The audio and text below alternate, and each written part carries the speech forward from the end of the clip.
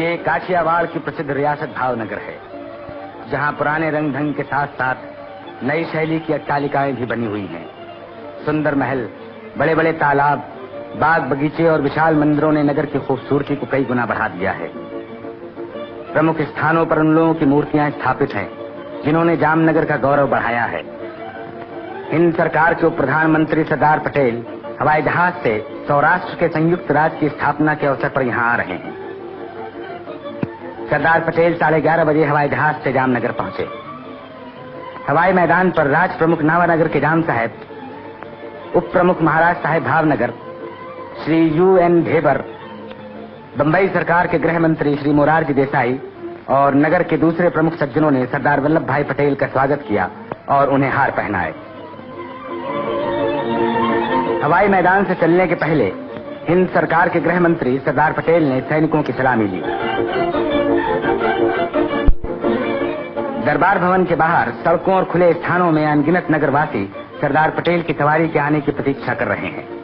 ठीक समय पर सरदार वल्लभ भाई पटेल नावानगर के जाम साहब के साथ राजकीय गाड़ी में दरबार भवन जा रहे हैं। राज प्रमुख नावानगर के जाम साहब ने भरे दरबार में काठियावाड़ की 5 रियासतों के राजाओं से हिंद यूनियन के प्रति राजनिष्ठा की शपथ ली। इनमें भावनगर के महाराजा साहेब, पालिताना के महाराजा साहेब, ध्रागंध्रा के महाराजा साहेब और कोटड़ा संघानी के ठाकुर साहेब भी शामिल थे। रियासत के प्रधानमंत्री श्री UN ढेबर और दूसरे मंत्रियों ने भी इसी प्रकार राजनिष्ठा की शपथ ली। महाराजा साहेब जामनगर ने सरदार वल्लभ भाई पटेल के सामने भारत सरकार के प्रति राजनिष्ठा की शपथ ली। जाम साहब ने इस शुभ अवसर पर भाषण देते हुए कहा कि आज 5 राजपूत राजाओं ने हिंद सरकार के प्रति राजनिष्ठा की शपथ ली है। वे अपने इतिहास और परंपरा को पूरी तरह समझते हैं, इसलिए आप लोगों को इनकी शपथ पर पूरा भरोसा रखना चाहिए। राज प्रमुख होने के नाते मैं संयुक्त राज्य के कामकाज को सुचारू रूप से चलाने की कोशिश करूंगा।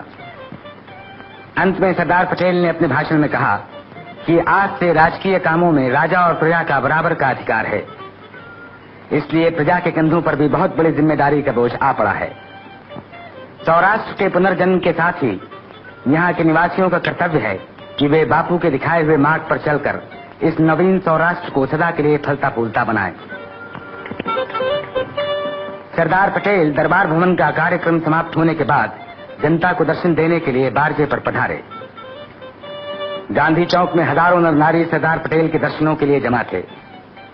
उस समय जनता के सामने भाषण में सरदार पटेल ने राजा और प्रजा के नए संबंध पर बोलते हुए कहा कि आज से प्रजा पर जिम्मेदारी का बोझ जो आया है, उसे पूरी तरह सफल बनाने के लिए आप लोग बापू के उपदेशों को हमेशा अपने सामने रखें।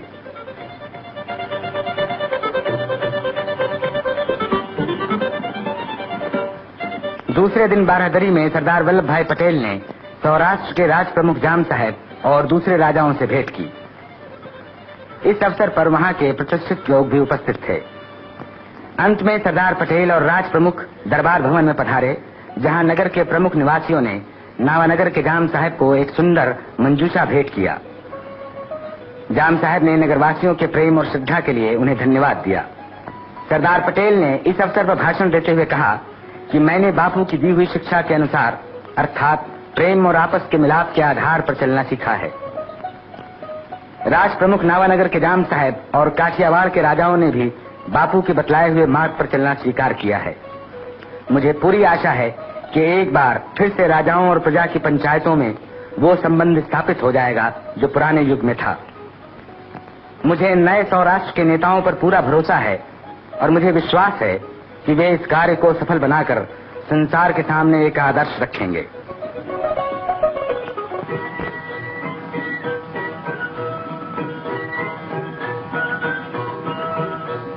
14 मार्च 1948 का दिन भारतीय जहाज बनाने वाले उद्योग धंधों के लिए बहुत महत्वपूर्ण है। हवाई जहाज द्वारा भारत के प्रधानमंत्री इस जलयान को समुद्र में उतारने के लिए विजयपट्टनम पधारे। सिंधिया कंपनी के संचालक गण तथा नगर के प्रतिष्ठित नागरिकों ने पंडित जी को फूलमाला पहनाकर उनका स्वागत किया।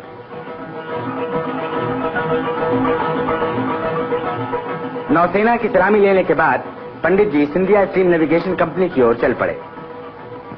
इस कंपनी का बनाया हुआ जलूषा नामक जहाज समुद्र में उतरने की प्रतीक्षा में खड़ा है। इस समारोह को देखने के लिए जनता की बहुत बड़ी भीड़ जमा थी। आज का दिन उन्हें उन प्राचीन भारतीय जहाजों की याद दिला रहा था जिन्होंने दूर दूर के देशों से व्यापार करके प्राचीन भारत को उन्नत और समृद्धिशाली बनाया था।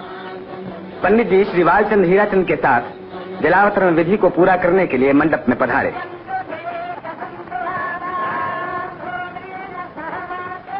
पंडितों ने जहाज को समुद्र में उतारने के समय वैदिक मंत्रों का पढ़ना आरंभ किया।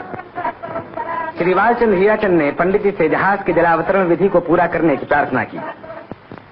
इस अवसर पर श्री वालचंद हीराचंद की ओर से प्रधानमंत्री पंडित नेहरू का स्वागत करते हुए श्री मास्टर ने अपने भाषण में कहा कि पंडित जी के कर कमलों द्वारा हमारी कंपनी के बने हुए पहले जहाज का जलावतरण इस बात को प्रमाणित करता है कि देशी जहाजों के उद्योग धंधे को बढ़ाने में हमारी सरकार का पूर्ण सहयोग है।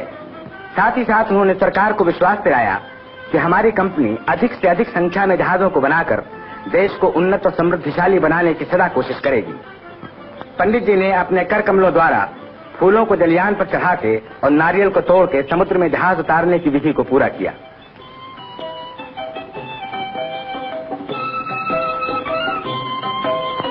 हिंद महासागर के वक्षस्थल को चीरता हुआ जलूषा भारत की कीर्ति पताका समुद्र पर फहराने के लिए चल पड़ा।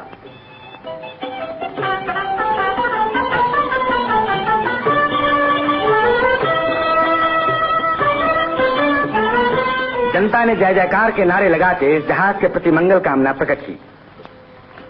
पंडित जी ने इस अवसर पर भाषण देते हुए कहा कि हमारा देश समुद्र और पर्वत के बीच में बसा है। ये समुद्र और पर्वत हमारे देश के माता और पिता हैं। इसलिए हमें अपनी माता से निडर होकर उसकी गोद में खेलते हुए प्राचीन भारत के खोए हुए गौरव को फिर से लौटा लाना चाहिए। जहाजों के कारखानों के बारे में विचार प्रकट करते हुए पंडित जी ने कहा कि जहाज निर्माण के उद्योग को पूर्ण शक्ति से बढ़ाया जाएगा। कंपनी की प्रशंसा करते हुए पंडित जी ने कहा कि सिंधिया स्टीम नेविगेशन कंपनी ने विदेशी सत्ता का सामना करते हुए जहाज संबंधी उद्योग धंधे को अपनाकर देश की जो सेवा की है वो भुलाई नहीं जा सकती। साथ ही साथ उन्होंने इस बात पर हर्ष प्रकट किया कि इस जहाज बनाने के कारखाने के मालिक और मजदूर बड़े सहयोग के साथ जहाजों का निर्माण करके देश को उन्नत करने में सहायक हो रहे हैं। अंत में पंडित जी ने कहा कि मुझे पूरा विश्वास है कि निकट भविष्य में जलूषा के समान हजारों जहाज समुद्र की लहरों से खेलते हुए सारे संसार में भारत की कीर्ति फैलाते रहेंगे।